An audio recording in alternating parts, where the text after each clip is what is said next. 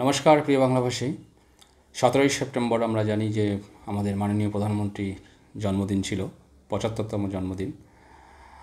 আর এই দিনেই আমাদের গৃহমন্ত্রী অমিত শাহ কিন্তু ঘোষণা করলেন ওয়ান নেশন ওয়ান ইলেকশন। এই ওয়ান নেশন ওয়ান ইলেকশনটা কিন্তু 1952 সাল থেকে যখন আমাদের প্রথম ইলেকশন স্টার্ট হয় গণতান্ত্রিকভাবে, 52, 57, 62, 67 সাল, এই 4 বছর কিন্তু লোকসভা বিধানসভা প্রায় একসাথেই হতো, কারণ তখন কংগ্রেসেরই রাজত্ব ছিল। তো তারপরে আস্তে আস্তে ভাঙতে শুরু করে, যেমন 68-তে ইলেকশন হয়, 69-এ ইলেকশন হয়, 71-এ ইলেকশন হয়। সেই হিসাবে লোকসভা বিধানসভাটা আলাদা আলাদা হয়ে গেল এবং এটাকে আবার একসাথে করার একটা ঘোষণা 1999 সালেও একটা এরকম এই টাইপের একটা প্রপোজাল ছিল প্রধানমন্ত্রী বাজপেয়ীর আমলে। পরে 2019-এও একটা প্রপোজাল আসে এবং 2019-এই একটা কমিটি তৈরি করার প্রপোজাল দেওয়া হয় এবং আমাদের পূর্ব যে এক্স রাষ্ট্রপতি রামনাথ কোবিন্দ, উনি একটা কমিটি তৈরি করেন, পাওয়ারফুল কমিটি তৈরি করেন এবং 2023 সালে বোধহয় খুব সম্ভব মার্চ মাসে একটা খসড়া রিপ্রেজেন্টেশন করেন এবং তাতে লেখা হয় প্রায় 2000 কত পাতার।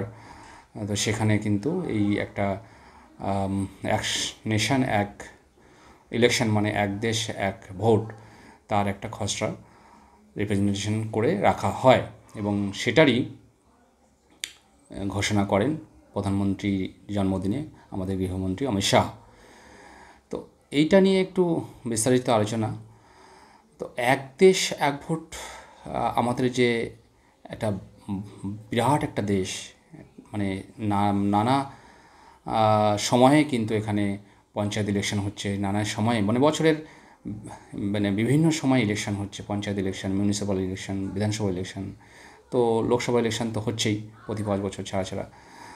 তো এটা কি সম্ভব এত বড় একটা দেশে?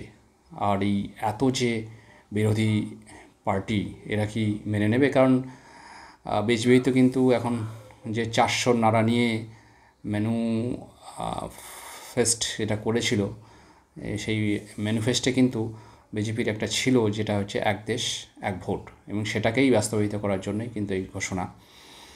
বাট বিরোধী যে যত পার্টি আছে তারা কি মেনে নেবেন? কারণ 2/3 ভোট কিন্তু চাই, এটাকে একটা কনস্টিটিউশন চেঞ্জ করতে হবে, 83 যে পার্ট আছে আর্টিকেল, সেখানে অ্যাড করতে হবে, কনস্টিটিউশনের চেঞ্জের ব্যাপার আছে, অনেক অ্যাপ্রুভালের ব্যাপার আছে। এবং 2/3 যদি না মানে, তাহলে কিন্তু সেই ওয়াকফ বোর্ডের মতো এটাও আলটিমেট এক জায়গায় থেমে থাকবে। তো এটা কেন চাইছে আমাদের মোদী সরকারকে, বিজেপি সরকার কেন চাইছে? প্রথম কথা, এটা চাইছে যে বিভিন্ন সময় যে ধরুন এখন হরিয়ানাতে ইলেকশন হচ্ছে, হরিয়ানাতে ইলেকশন হবে, বিধানসভা ইলেকশন। তো সেখানে দেখা যায় যে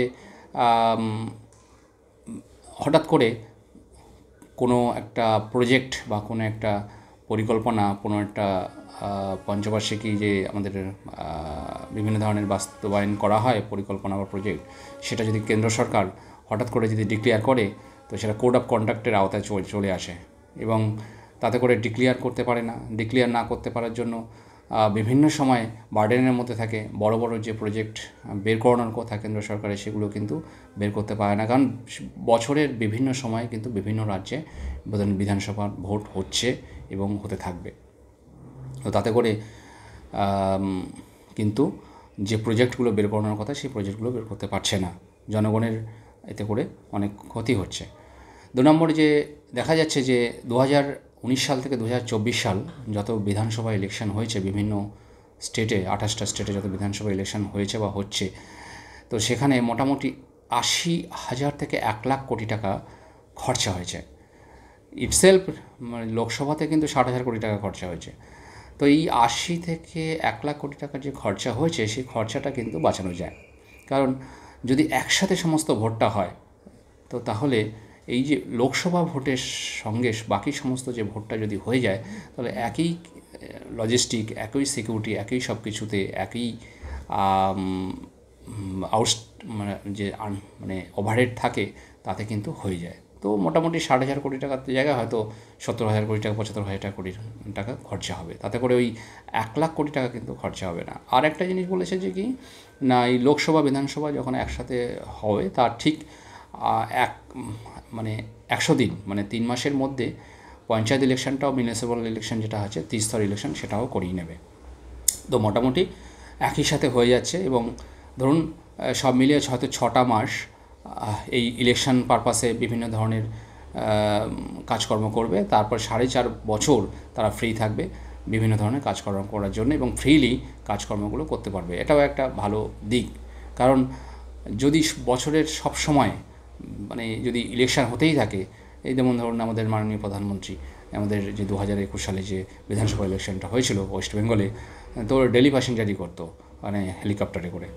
তো ওনার তো নিজস্ব কাজকর্ম বাদ দিয়ে, যেটা অ্যাজ এ প্রধানমন্ত্রী কাজকর্ম করার কথা, সেটা বাদ দিয়ে উনি প্রচারে চলে আসতো। তো এই জিনিসগুলো হবে না, এই জিনিসগুলো বন্ধ হবে। এবং আমাদের নেতারা বিভিন্নভাবে যেরকম জনসভায় ব্যস্ত থাকবে, সেরকম ব্যস্ত থাকার জন্য সময় পাবে। আর 3 নম্বর হচ্ছে, এই যে এত বড় একটা দেশ, তো এত বড় দেশের মধ্যে ধরুন বিশেষ করে সাউথে, সেখানে তো বিজেপি সরকার নেই। তো সেখানে বিভিন্ন ধরনের আঞ্চলিক পার্টি আছে। আমাদের ওয়েস্ট বেঙ্গলে যেমন টিএমসি আছে। তো এখানে যদি এক সময়তে ভোট হয়ে যায়, মানে লোকসভার সাথে সাথে বিধানসভা ভোট যদি হয়ে যায়, তাহলে কিন্তু হয়তোবা বিজেপি প্রাধান্য পাবে। কারণ মানুষজন সবাই কিন্তু ভোট দিতে আসবে। এই যে বছরে বিভিন্ন সময় বিভিন্ন ভোট হয় বলে দেখা যায় আমাদের 60 থেকে 65% ভোট পড়ে। মানুষজন বিভিন্ন জায়গায় থাকে, কাজের সূত্রে বাইরে থাকে, তারা আসতে চায় না, মানে ভোট দিতে অনীহা থাকে। সেক্ষেত্রে যখন বছরে মানে 5 বছরে যখন একবার আসবে, আসার জন্য তারা আগ্রহী দেখাবে। এবং সেক্ষেত্রে 99%, 100% ভোটও হয়তো পড়ে যেতে পারে, কারণ সবাই ভোট দেওয়ার জন্য আগ্রহ দেখাবে। আমরা দেখেছি যে প্রধানত যে 28টা স্টেটে ইলেকশন হচ্ছে, এই 28টা স্টেটে যে বিধানসভা ইলেকশনগুলো হয়, তো সেক্ষেত্রে 4-5টা, এখন আমাদের 4-5টা স্টেটে ইলেকশন চলছে। ধরুন আগামী দিনে ইউপির ইলেকশন আছে 2027-এ, আমাদের ওয়েস্ট বেঙ্গলে 2026 ইলেকশন আছে, এবং দেখা যাচ্ছে যে আমাদের বিহারেও ইলেকশন আছে। তো এমনও হতে পারে হয়তো 2029-এর যে লোকসভা ইলেকশনটা হওয়ার কথা, সেটা হয়তো এগিয়ে নিয়ে আসতে পারে, 2027-এ নিয়ে আসতে পারে। কারণ অলরেডি আমরা দেখছি যে ওয়াইএসআর কংগ্রেসের যে প্রধান, যিনি বিরোধী হিসাবে আছেন অন্ধ্রপ্রদেশে সরকারের, জগনমোহন রেড্ডি, তিনি কিন্তু অলরেডি ডিক্লেয়ার করে দিয়েছেন যে তোমরা রেডি থাকো, 2027-এ এখন ভোট হবে। তো এইটা হয়তো মোদী সরকার এগিয়ে নিয়ে আসতে পারে লোকসভায়। সেক্ষেত্রে হয়তো ওয়েস্ট বেঙ্গলের যে 2026-এর ইলেকশনটা হওয়ার কথা, সেটা 27-এ হতে পারে। তো সব মিলিয়ে লোকসভা এবং বিধানসভার যে ভোটগুলো 2027-এ হওয়ার একটা সম্ভাবনা আছে। এবং ওয়াইএসআর সরকারের যে প্রধান, তিনি কিন্তু পার্টির যে প্রধান, তিনি কিন্তু জগনমোহন রেড্ডি কিন্তু অলরেডি ডিক্লেয়ার করে পার্টির সবাইকে মোটিভেট করে দিয়েছে যে তোমরা রেডি থাকো, 2027-এ কিন্তু ইলেকশন হতে পারে। তো সব মিলিয়ে একটা ভালো দিক, যদিও যদি একই সাথে ভোটটা হয়ে যায়, তাহলে কস্ট অনেক কমে যাবে। ভারত সরকার বিভিন্ন সময়ে বিভিন্নভাবে যে আচার সংহিতার যে কোড অফ কন্ডাক্টের মধ্যে পড়ে, দ্বিধায় প্রজেক্টগুলো ডিক্লেয়ার করতে পারবে। সেখানে জনগণের অনেক সুবিধা হবে, এবং জনগণও সবসময় ভোটের আওতায় না থেকে এখানে সেখানে মারামারি, দাঙ্গা, এইসব ভোটের পারপাসে যেগুলো হয়, সেগুলো থেকেও অনেকভাবে সিকিউর থাকবে। তো আমরা চাইব যে অন্তত ওয়াকফ বোর্ডের মতো এই আইনটা যেন থমকে না যায়, এই আইনটা যেন পাশ হয় পার্লামেন্ট থেকে, সবাই যেন এটাকে সাপোর্ট করে। নমস্কার।